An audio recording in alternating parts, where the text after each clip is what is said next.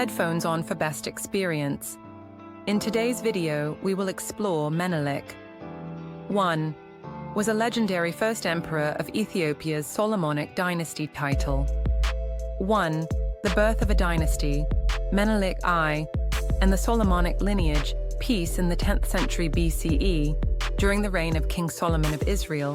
A monumental cultural and dynastic fusion was said to take place between Jerusalem and ancient Ethiopia. According to the Kebra Nagast, the 14th century Ge'ez epic that documented Ethiopian royal origins, this event initiated the Solomonic dynasty, traced through the legendary figure Menelik Themthers, the son of Solomon, and Makeda, queen of Sheba. The Kebra Nagast does not stand alone as myth. It contains a fusion of biblical history, Ethiopian oral traditions, and ancient Nubian-Egyptian echoes. Makeda, the queen of Sheba, was likely a ruler of Saba or DMT, powerful kingdoms in the Horn of Africa, already influenced by Nubian royal customs and trade wealth from incense, gold, and spices. Her visit to Solomon, as recorded in both the Hebrew Bible and Ethiopian tradition, marked a calculated political alliance between two great ancient civilizations. Menelik I, born of this union, is portrayed as a wise and divine figure. According to Ethiopian tradition, he journeyed to Jerusalem as a young man, was welcomed by Solomon, and later returned to Ethiopia with a company of Israelites and, according to legend, the Ark of the Covenant. This sacred relic was said to have been transported with divine blessing, establishing Ethiopia not just as a political power, but as a spiritual successor to Israel. Menelik's return to Ethiopia marked the founding of a kingdom grounded in divine legitimacy. He brought with him Torah scrolls, priests, Levites, and advisors who helped establish an Israelite-style court in Aksum. This unique blend of Hebrew priesthood, Nubian kingship, and African highland culture solidified a ruling dynasty that lasted intermittently until 1974. The Solomonic dynasty distinguished itself through strict religious codes, temple-based worship, and an imperial lineage that insisted on descent from King Solomon himself. This link allowed successive Ethiopian emperors to rule with divine authority. The Ethiopian Orthodox Church, formed centuries later, drew legitimacy from this royal priesthood lineage. Menelik I's name, meaning son of the wise, became a symbol of continuity and justice. His court blended African governance structures with Hebraic rituals, reinforcing an empire that saw itself as Zion in exile. While archaeology has yet to confirm the existence of Menelik I, his legacy has influenced not only Ethiopian history, but the African diaspora, Rastafarianism, and the collective consciousness of Black sovereignty. Title 2. The Echo of Divine Kingship, Menelik's Legacy.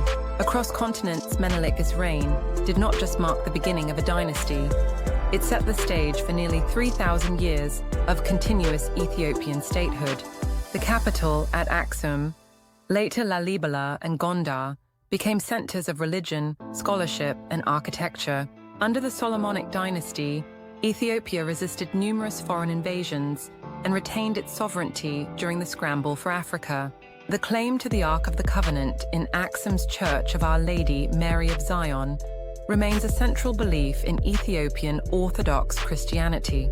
The tradition of divine kingship gave rulers like Emperor Haile Selassie III, the last Solomonic monarch, their moral and political power. Haile Selassie, crowned in 1930, directly cited Menelik I as his forefather and adopted the title King of Kings, Conquering Lion of the tribe of Judah. Menelik's foundation allowed for a religious political structure where emperors were considered elect of God.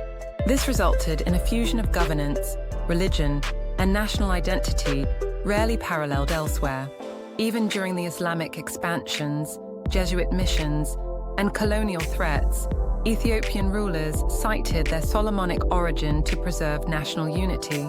Outside Ethiopia, Menelik's legacy inspired global Black identity movements. In Jamaica, the Rastafarian faith reveres Haile Selassie as a divine figure.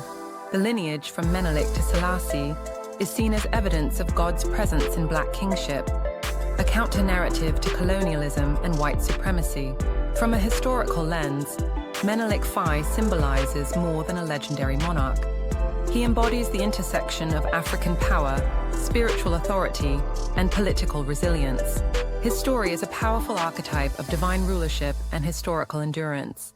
Conclusion: the past as pillar of the future. Menelik I, whether wholly historical or semi-mythological, represents a vital thread in the ancient African tapestry of greatness. His lineage sustained one of the world's longest reigning dynasties. His name and legacy continue to echo across generations, reminding Africans and the world that sacred governance and sovereign identity were born on African soil long before colonial imposition. In understanding Menelik's legacy, we reclaim the truth that African greatness is not a modern discovery. It is a timeless inheritance.